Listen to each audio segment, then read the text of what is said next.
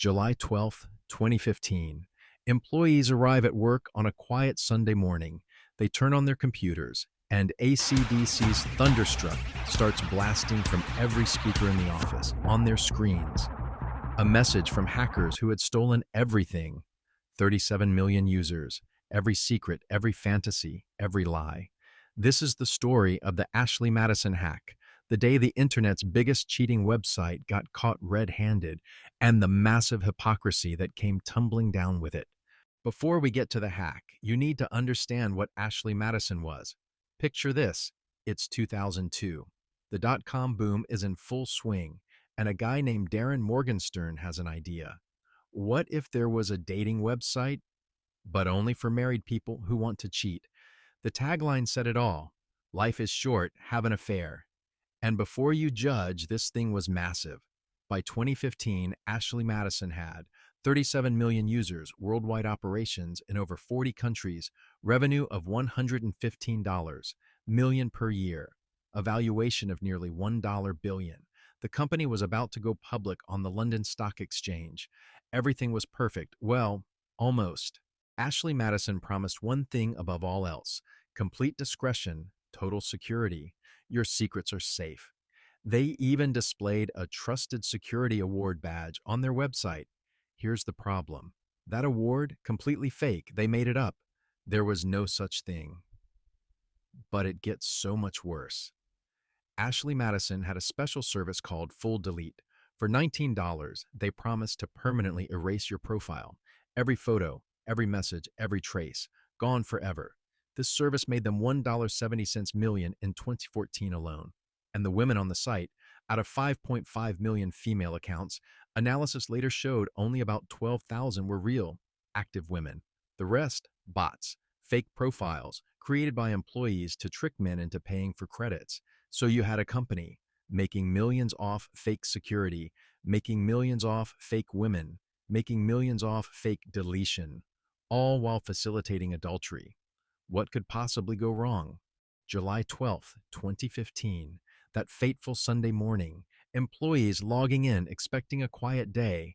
Instead, Thunderstruck, blasting at full volume, and this message on every screen: we are the Impact Team. We have hacked Avid Life Media completely. We have all your data.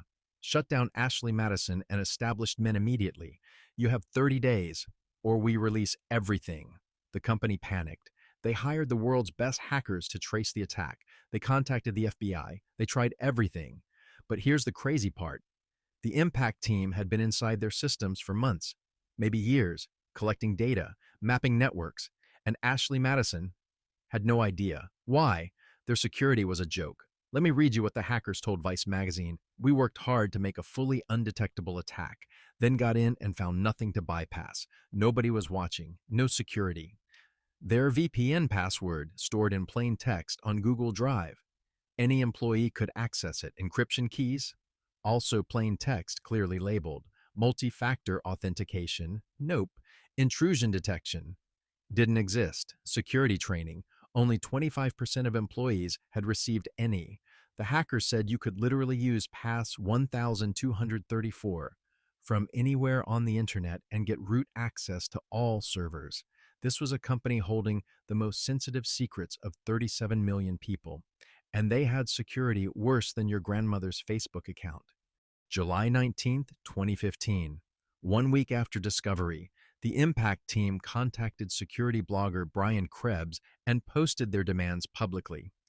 Avid Life Media has been instructed to take Ashley Madison and Established Men offline permanently in all forms, or we will release all customer records, including profiles with all the customers' sexual fantasies and matching credit card transactions, real names and addresses.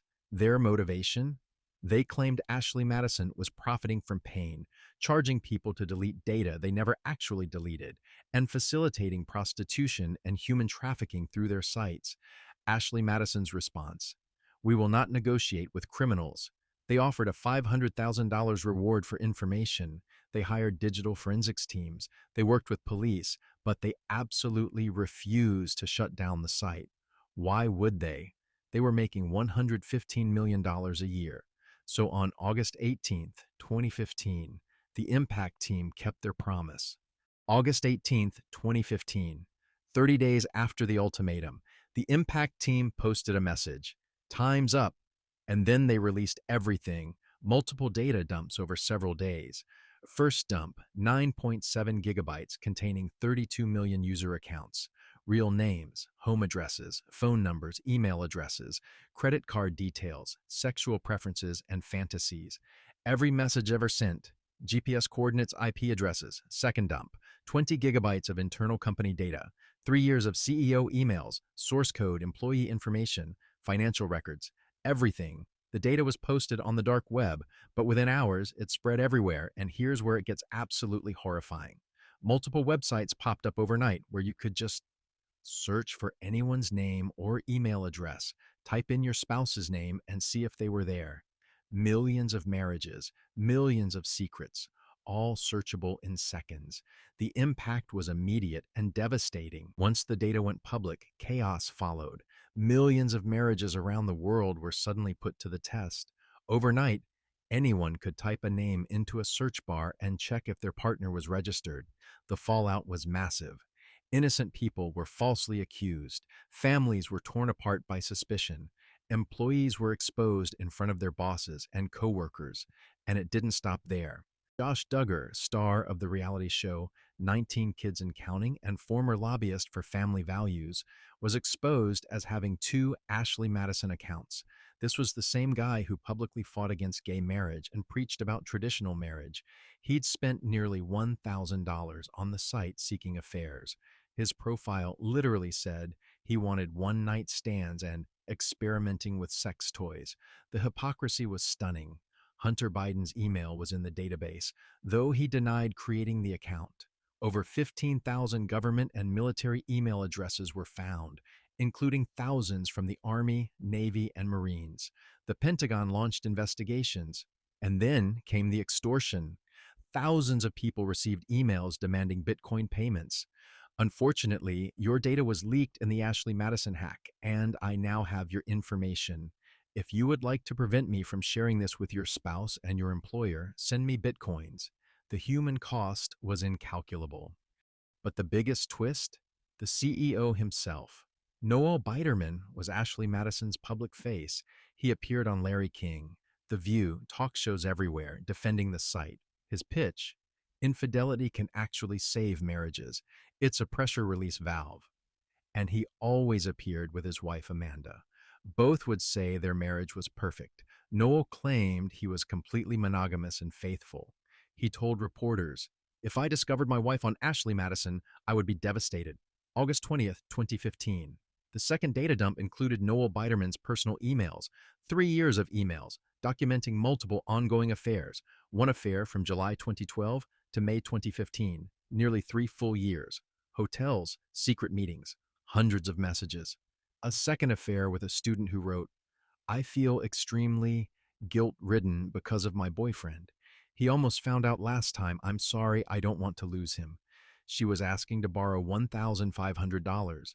A third affair, a fourth affair, the man who ran a billion-dollar infidelity website, the man who claimed he'd be devastated by cheating, the man who preached that affairs save marriages, the man who promised users complete discretion, couldn't keep his own secrets. 8 days later, on August 28th, 2015, Noel Biderman resigned. No apology, no explanation, just gone. So what happened next? The lawsuits came flooding in.